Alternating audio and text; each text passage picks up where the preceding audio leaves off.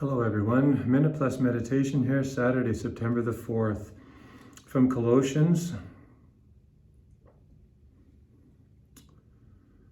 I'm going to pick up in mid-sentence, because otherwise I'd have to read the whole thing. So as to present you, brothers and sisters, you who were once estranged and hostile in mind, doing evil deeds, have now reconciled in his fleshly body through death, so as to present you holy and blameless and irreproachable before God. So again, Paul here is, in writing to these people of Colossae, he's reminding them of who their God is and the power that they have experienced in their own lives, through what we call conversion, their baptism.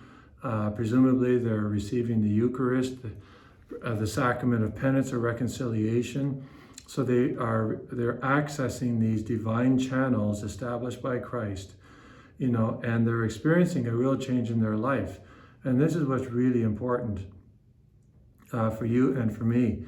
In our daily life, you and I who are experience the power of baptism and also the power of confession or reconciliation, the power of the Eucharist, confirmation, perhaps marriage, ordination, that we experience a real power in our life. And if we're honest with ourselves, like if we're doing anything right, if we're saying no to temptations, some of that may be due to our personality.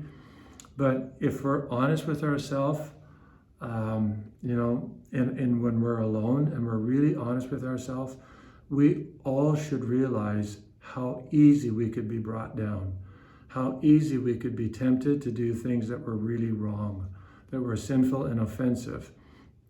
So yeah, in some cases it may be natural resilience. We could just chalk it up to a stronger nature.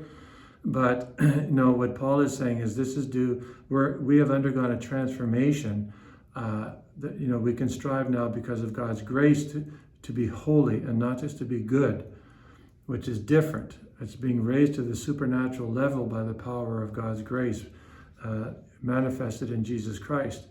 So that's really important for us, that we acknowledge this and we give thanks to God for this. Every time we sense or we become aware of the fact that we've overcome a temptation, could be that you're in the car and you've overcome the temptation to swear and curse, or that you were feeling down and yet you looked up to a crucifix, or you remembered to pray and all of a sudden you sense that you just feel better, you have that something to go on. Is that just you? A lot of people might say it is. Or is it something more? I know myself well enough that, part of it's me. God has made me with natural qualities and he expects me to use those, but clearly that's not enough. Not day in and day out, month in, year out, decade in, decade out. No. This is God's grace and we should be giving thanks. So that's from the first reading, and the gospel is actually what I referred to yesterday, and I hadn't read ahead on this. So this is the apostles going through the fields on the Sabbath, and they plucked some of the heads of grain, rubbed them in their hands, and ate them. Pharisees say to Jesus, "Why are you doing what is not lawful on the Sabbath?" Jesus says, "Have you never read what David did when he and his companions were hungry? And the Sabbath was made for man, and not man for the Sabbath." So some people interpret this, Christians I'm talking about now, as, we don't have to go to Mass, when we don't feel like it or don't want to. Jesus is saying, basically the Sabbath was made for us. Okay, here's a few points for us to for you and for all of us to think about, reflect on. The Sabbath is divine law. Keep holy the Sabbath. This was super important. It was in many ways, it's the key to Israel's identity, because they're the only nation in the ancient world that actually took a day off. And they just didn't take it off to put their feet up on the couch. They took the day off to remember the eternal Sabbath and their liberation from sin.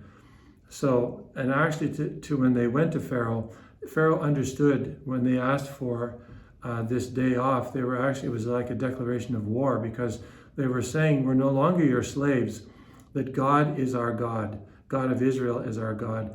And we he wants us to take a day off in order that we remember him and we reflect on our purpose in life, because slavery is about not thinking of your purpose, whether it's the slavery of Pharaoh or sex slavery or alcohol or whatever. We're slaves. We don't think about anything about what except what our desires demand be satisfied. And so that's divine law. It cannot be broken, whether we're sick, on a trip, 6 months under the sea in a nuclear submarine, can't be broken. However, there's also positive law, and that's the task of the church.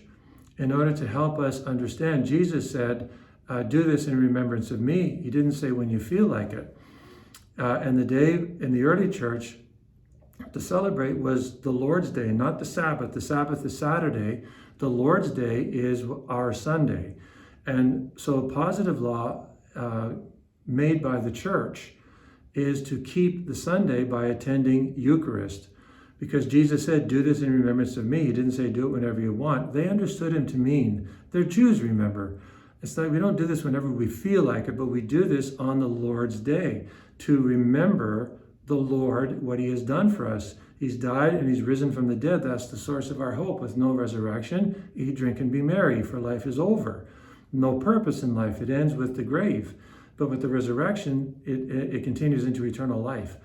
So it is incumbent upon us Catholics to understand, Protestants to have a different understanding, but Catholics have always understood the church has the right to require that we attend Mass on every Sunday on holy days of obligation. And okay, so that being said, like, whoop-de-doo, it's not a big thing. 1 hour a week out of 168 hours, like, whoo-hoo. That doesn't make you a thorough Christian or Catholic. Sorry. It's really important, but to think that somehow this is impinging on my freedom, and yet people will watch, Netflix for hours on end, or go to sports games, and do everything they want to do. They want to do, but they won't give an hour to God. Give me a break. It just doesn't mean, it doesn't matter. It basically boils down to what I want. So I know this is a longer video, but this is a really important thing for each of us to kind of reflect on, interiorize, and even talk about with our friends. So honor, keep the Sabbath, that's a divine law, and respect the fact that the church has the right and the obligation to bring about what's called positive law. And that is, we have to attend Mass on Sundays. God bless you.